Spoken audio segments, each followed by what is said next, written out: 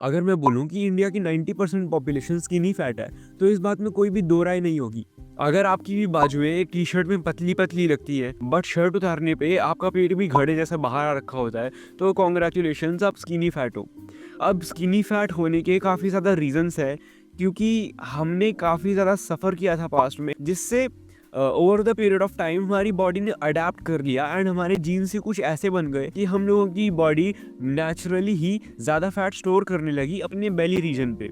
यही रीज़न है कि आपको काफ़ी ज़्यादा रोड पे अंकल दिखेंगे जिनका पेट की जगह घड़ा निकल रखा होता है। अभी स्टार्ट तो हुई थी इस रीज़न से, but over the period of time हमारे जीन्स बेटर हो सकते थे अगर हम एक प्रोटीन रिच डाइट लेते। Which brings me to the second point कि इंडिया में डाइट बहुत बेकार है। इंडिया की डाइट सिर्फ और सिर्फ कार्ब्स से भरी हुई होती है। टेस्ट में आई श्योरली से कि हमारी डाइट बहुत ज़्यादा अच्छी है, बट हेल्थ वाइज हमारी डाइट में सिर्फ और सिर्फ कार्ब्स भरे होते हैं एंड एक एवरेज इंडियन डाइट में प्रोटीन नामात्र ही होता है। कितने ही लोग होंगे जो रोज़ पनीर खाते हैं एंड रोज़ दूध पीते हैं प्रोटीन के लिए। अगर हम चाइना को देखें तो चाइना की एवरेज हाइट इंडिया की एवरेज हाइट से भी नीचे हुआ करती थी, बट सिंस उनकी डाइट इतनी अच्छी थी तो आज के टाइम पे उनके बच्चे हमारे बच्चों से काफ़ी ज़्यादा लंबे हैं एंड इंडिया की एवरेज हाइट अभी उतनी ही रह गई है, बिकॉज हमारी डाइट ही अच्छी नहीं है एंड हमारी डाइट काफ़ी ज़्यादा प्रोटीन कंटेंट लैक करती है। इसके अलावा भी काफ़ी ऐसे पॉइंट्स हैं, जैसे कि इंडिया में स्पोर्ट्स को उतनी प्रायोरिटी नहीं मिलती है एंड इंडिया के बच्चों को सिर्फ ऐसा पढ़ने बोल देते हैं, रैट रेस पे लगा देते हैं ताकि उनको एक स्टेबल फ्यूचर मिले। इंडिया में कॉर्पोरेट जॉब्स का ट्रेंड है जिसमें तुम्हें खाली बैठ के स्ट्रेस देना होता है, जिससे हमारी बॉडी पे over the time negative impact पड़ता है।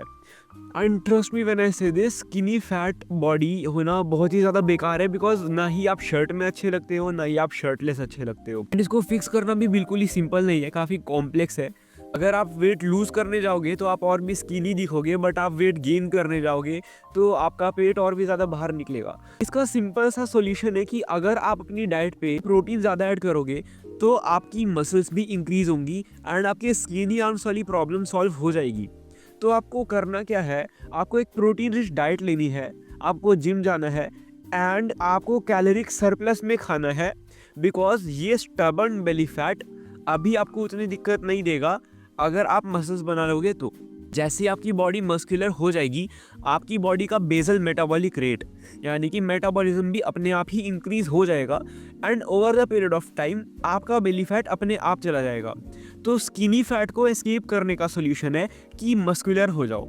अब आपकी बॉडी पे कितना फैट है वो मैटर नहीं करता है, आपको सिर्फ मसल बिल्ड करने पे ध्यान देना है। एक एक्स्ट्रा टिप आपके लिए ये है कि अगर आप कंसिस्टेंटली एब्स का वर्कआउट करोगे तो आप स्किनी फैट बॉडी टाइप को एस्केप नहीं कर सकते हो।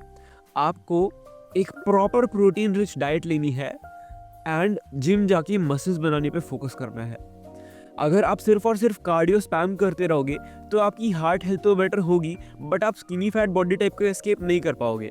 सिंस आपको कैलोरिक सरप्लस मेंटेन करना है तो आप हफ्ते में सिर्फ एक ही बार कार्डियो करो एंड बाकी टाइम स्ट्रेंथ ट्रेनिंग करो, मसल गेन करो एंड आप बहुत ही इजीली इस स्किनी फैट बॉडी टाइप को ओवरकम कर पाओगे।